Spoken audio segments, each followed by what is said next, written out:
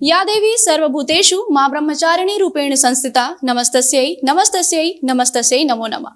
जय माता दी भक्तों, पूरे देश में आज नवरात्रि की धूम है और आज चैत्र नवरात्रि का दूसरा दिन है, जहां पर मंदिरों में सुबह से ही भक्तों का तांता लगा है और भक्त अपनी माँ के दर्शन करने, अपने आराध्य देवी के दर्शन करने मंदिरों में पहुंच रहे हैं। आज माँ ब्रह्मचारिणी जो है नौ दुर्गे में दूसरा इनका स्वरूप माना जाता है और कहा जाता है कि माँ ब्रह्मचारिणी जो है वो तपस्या का रूप है और इनकी पूजा करने से, इनकी आराधना करने से लोगों को मनवांछित फल मिलता है। तो क्या कुछ है इसका पूरा महत्व, नवरात्रि का क्या महत्व है, हम जानेंगे। हमारे साथ इस पौराणिक चर्चा में जुड़ेंगे पंडित R.K. तिवारी जी हमारे साथ में जुड़े हैं। महाराज जी, सबसे पहले तो जय माता दी और आपका बहुत बहुत स्वागत है हमारे इस कार्यक्रम में। महाराज जी, जैसे कि नवरात्रि का पावन महीना चल रहा है, आज दूसरा दिन है नवरात्रि का क्या महत्व है? देखिए, सबसे पहली बात यह है कि जब संपूर्ण सृष्टि में अंधकार था, संपूर्ण सृष्टि में कुछ भी नहीं, उस समय माँ दुर्गा शक्ति की उत्पत्ति हुई।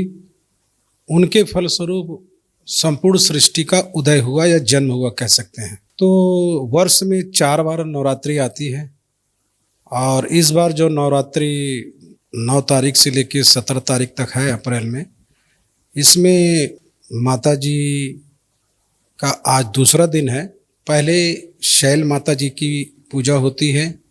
शैल माता जी की पूजा, माता पार्वती का जब दूसरा जन्म हुआ तो शैल पुत्री के स्वरूप में हुआ। जैसे कि हम अपने दर्शकों को बताते हैं कि नवरात्रि का क्या महत्व है और नौ दुर्गा के अलग अलग स्वरूपों का क्या महत्व है, पूजन विधि क्या है। तो आज नवरात्रि के दूसरे दिन हम माँ ब्रह्मचारिणी के विषय में जान रहे हैं, उनके बारे में हम जान रहे हैं। तो हम पंडित जी से ये भी जानना चाहेंगे। पंडित जी, आप जरा हमारे दर्शकों को ये बताएं कि आज जो दूसरा स्वरूप है माता जी का, वो कैसा है, किस रूप में माँ ब्रह्मचारिणी जो है भक्तों को दर्शन देती हैं और इनकी पूजन विधि क्या है? देखिए, माता जी की नवरात्र का दूसरा दिन है। इसमें माँ ब्रह्मचारिणी की पूजा अर्चना की जाती है। लेकिन माता ब्रह्मचारिणी के विषय में यदि आप जानना चाहेंगे तो हजारों वर्ष तक उन्होंने तप जप किया, तपस्या किया, कंदमूल खा करके।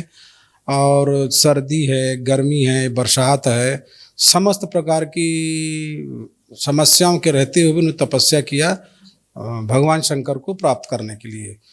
तो आज का दिन साधक के लिए साधना का है, तपस्या का है। तन मन से आप समर्पित रह के त्याग करते हुए आप पूजा पाठ करें।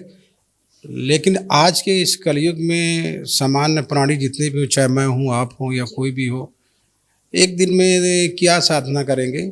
लेकिन यदि वो साधक बन करके कुछ बहुत बड़ी शक्ति अर्जन करना चाहते हैं तो जब तक उस शक्ति की प्राप्ति ना हो तब तक माँ ब्रह्मचारिणी के स्वरूप की ही पूजा करें, चाहे 6 महीने की हो, 3 महीने की हो, साल भर की हो।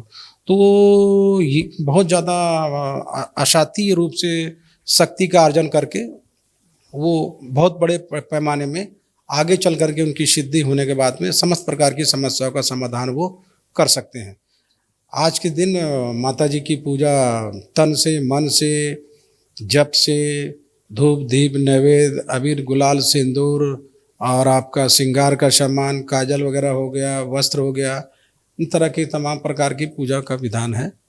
मंत्रों का जाप है। दुर्गा सप्तशती का पाठ कर सकते हैं, किंतु दुर्गा सप्तशती में किस मंत्र का संपुट लगाना है, उसकी विधि नियम क्या है, थोड़ा सा मार्गदर्शन लेके करना चाहिए। नहीं तो देवी देवता जो हैं उनकी पूजा हम और आप क्या कर सकते हैं। उनके सामने समर्पित होकर के अगर हाथ जोड़ कर भी मनोकामना करते हैं तो वो भी साधना के स्वरूप माना जाता है। जी महाराज जी, जिस प्रकार से हम दोनों नवरात्रि की बात करें, शारदीय नवरात्रि की बात करें या फिर चैत्र नवरात्रि की बात करें, मंदिरों में ज्योति कला से स्थापना की जाती है, जवारे बोए जाते हैं। तो ये जवारे जो बोने की जो प्रथा है वो कब से चली और ये जवारे बोने से क्या फायदे हैं, क्या इसका महत्व है? देखिए, सबसे बड़ी बात यह है कि जब माता जी की स्थापना होती है तो कहीं कहीं देखेंगे कि जो ज्योत कलश है वो ठंडी हो जाती, बंद हो जाती, बुझ जाती है किसी कारणवश। और किसी किसी का जो ज्वारा बोया जाता है वो उगता नहीं है, उसमें हरियाली नहीं आती, छोटा रहता है। किसी किसी का अच्छे से होता है। तो ज्वारा ये स्पष्ट कर देता है कि आपके जीवन में यश, मान सम्मान, कीर्ति, भौतिक सुख, शांति, समृद्धि के अतिरिक्त धन दौलत, समस्त प्रकार की जो मनोकामनाएं हैं वो आपकी पूरी हो रही हैं। और जिस दिन 9वें दिन में जब समापन होता है तो उसको विसर्जन की प्रक्रिया है, विसर्जन करते हैं। और विसर्जन करने के बाद उसका कुछ ज्वारा जो है अपने पास रखना चाहिए, चाहे वो कलश, चाहे वो अलमारी में रखे हुए कहीं भी। तो 12 महीने तक का, हर साल मतलब 1 साल तक वो आपके लिए वही शक्ति का काम करता है। जिस प्रकार पंडित जी बात करते हैं हम देवी आराधना की, जैसे अलग अलग स्वरूपों की अलग अलग विधियां हैं पूजन करने की, वैसे ही माँ ब्रह्मचारिणी की एक अलग विधि है। और जैसे कि आपने बताया कि कई वर्षों तक उन्होंने कंदमूल खा करके तपस्या की है और उनके बाद फिर से उन्होंने शिव जी को पाया है, तपस्या का स्वरूप है। लेकिन आज के समय की यदि हम बात करें तो जो आम इंसान है, आम लोगों की ये सोच हो गई है कि तपस्या मतलब साधु सन्यासी बन जाना, जंगलों में निकल जाना। तो वाकई में तपस्या का जो वो अर्थ है, शाब्दिक अर्थ, वो क्या होना चाहिए? देखिए, सबसे पहली बात में हमारे सनातन धर्म के अनुसार किसी भी स्त्री को, किसी भी कन्या को जब तक पूजा पाठ करना जरूरी नहीं है। उन्हें स्वतः ही माता पिता के साथ रहने के उपरांत में, गृहस्थ आश्रम में व्यतीत करने के उपरांत वैकुंठ की स्वतः ही प्राप्ति होती है। उन्हें कुछ जब तक करने की आवश्यकता नहीं है। किंतु गृहस्थ आश्रम में रहते हुए और माता पिता के साथ रहते हुए उन्हीं सारी चीज़ें वो प्राप्त होती है जो एक साधक, एक तपस्वी और एक बड़े बड़े साधु संतों को जो नहीं प्राप्त होता है। इसलिए हमारे भारत में स्त्रियों को आदि शक्ति के स्वरूप में उनके नाम के पहले देवी संख्या लगे, देवी शब्दों का उपयोग किया जाता है। किंतु जहाँ तक पुरुष की बात करें तो पुरुष को पूजा पाठ जब तब करना चाहिए। अब जैसे आज के दिन दूसरे दिन है माता जी का, तो साधना करनी चाहिए। जैसे किसी को वशीकरण करना है, किसी की पति पत्नी में कलेश का है तो पति पत्नी को या पति पत्नी को, या कोई किसी के संपर्क में है, किसी कारणवश 2, 4, 10 साल रहने के बाद वो उसको अवॉइड कर दिया, छोड़ दिया, तो उसको पाने के लिए भी मनोकामना कर सकते हैं। भाई भाई में है, परिवार में है, समाज में है, कोई भी साधना उस तरह का मंत्र लेकर के उस विधि विधान से वो करेंगे तो निश्चित रूप से, कारण क्या है, नवरात्र का दूसरा दिन है। नवरात्र में जब तक पूजा पाठ दान पुण्य का महत्व होता है, तो निश्चित रूप से उसकी सारी मनोकामना पूर्ण होगी। महाराज जी, एक सवाल ये भी हमारे मन में आता है, दर्शकों के मन में आता है, क्योंकि आज भागम भाग वाली जिंदगी हो गई है। आजकल ज्यादातर लोग नौकरी पेशा हैं, बाहर काम करते हैं।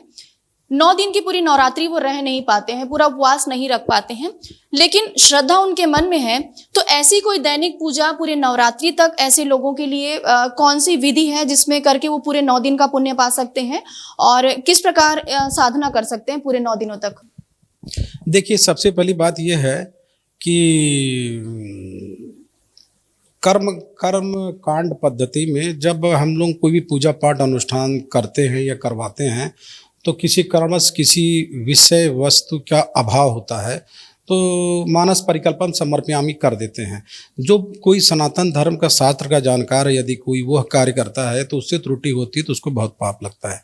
किंतु संपूर्ण सृष्टि में अगर कोई ऐसा जातक है जिसे इन सब चीज़ का ज्ञान नहीं है तो श्रद्धा भाव से जो शक्ति है और जैसी उसकी इच्छा उसके अनुरूप माता जी की पूजा करे या किसी की भी पूजा पाठ करे और मन में वो भावना रख ले कि माता जी हमारा यह काम होना चाहिए, और जो भी यथाशक्ति उसके पास में है वो उसको समर्पित कर दे। और किसी कारणवश यदि उसको खरीदने का सामर्थ्य भी नहीं है तो आंख बंद करके, कि जैसे पुष्प को देना है तो पुष्प को उठा करके दे दिए, आपका अबीर गुलाल सिंदूर दे दिए, फल दे दिए, श्रृंगार का सामान चढ़ा दिए, जो चीज़ चढ़ाना है ले करके वैसे कर दिए। भले वो सामान ना हो, श्रद्धा मन से करने से वह कार्य उतना ही लाभकारी होता है। समस्त प्रकार की सामग्री होने के उपरांत भी यदि मन में श्रद्धा नहीं है, तन नहीं समर्पित नहीं है, मन समर्पित नहीं है, अच्छे भाव समर्पित नहीं है, तो पूजा पाठ स्वीकार नहीं होती है। चैत्र नवरात्र का क्या महत्व है, और आज शाम देवी मंदिरों में जो ब्रह्मचारिणी का जो दूसरा स्वरूप है उसकी पूजा आज कैसी होगी? देखिए, नववर्ष, हिंदू नववर्ष की शुरुआत इसी इसमें हुई है और उसका अपने आप में महत्व है। कृषि के लिए भी महत्व है और हमारे सनातन धर्म के लिए भी महत्व है, और मर्यादा पुरुषोत्तम भगवान के लिए भी महत्व है। अब रहा सवाल पूजा पाठ का, कि तो आज की डेट में अगर आप देखेंगे किसी भी समय, चाहे ब्रह्म मुहूर्त में हो, मध्य मुहूर्त में हो, गोधूली वेला में, किसी भी समय जैसा विषय व्यवस्था के अनुरूप जैसा भी आदमी के इंसान के पास में समय मिलता है वो किसी समय जाके अपनी पूजा पाठ कर सकता है। योग विद्वान पंडित जो शास्त्र का जानकार है, जो संस्कृत में जिसने शिक्षा ग्रहण किया है, उसके सानिध्य में उनके मार्गदर्शन में रहते हुए यदि वो पूजा पाठ करते हैं, जप तप करते हैं, साधना करते हैं तो ही ठीक है। अन्यथा अपने मन से, अपनी श्रद्धा से, जैसा भी हो किसी भी समय, तो मन सातों चक्र आपके जागृत होंगे। तो आप मन शुद्ध रखिए तो अपना परिवार शुद्ध होगा, आपका हित होगा, समाज का हित होगा, परिवार का हित होगा। महाराज जी, आज आपने नवरात्रि के दूसरे दिन हमें काफ़ी अच्छी प्रेरक जानकारी दी है। हम आने वाले दिनों में भी आपका हम सहयोग चाहेंगे और इसके लिए आपका बहुत बहुत धन्यवाद, क्योंकि आपने हमारे साथ में जानकारी साझा की है। तो दोस्तों, आज हमने आपको बताया कि किस प्रकार से माता के दूसरे स्वरूप माँ ब्रह्मचारिणी की पूजा कैसे करनी है, कैसे उनकी पूजन विधि है, उनका क्या महत्व है और पूरे नवरात्रि का क्या महत्व है। तो सीधे तौर पर ये कहना है, महाराज जी का कहना है और लोगों का भी ये कहना है कि जितनी शक्ति हो उतनी भक्ति करनी चाहिए और जो मन में जो शुद्धता है वो आप बनाए रखिए। और मन में आप शुद्धता रख के अगर आप एक फल भी अगर आप भगवान को अर्पित करते हैं तो वो उन्हें सहर्ष स्वीकार करते हैं। ऐसा कहना है हमारे बड़े बुजुर्गों का, हमारे पंडितों का, ज्योतिष शास्त्रों का। तो ये आज नवरात्रि के दूसरे दिन हमने आपको माँ ब्रह्मचारिणी के बारे में हमने बताया है। कल अगले दिन हम माँ के तीसरे स्वरूप की हम चर्चा करेंगे। और हमारे इस खास कार्यक्रम आराधना में आज बस इतना ही। आप सभी पर माता रानी की कृपा बने रहे। माता रानी आप सभी पर आशीर्वाद बनाए रखी। जय माता दी।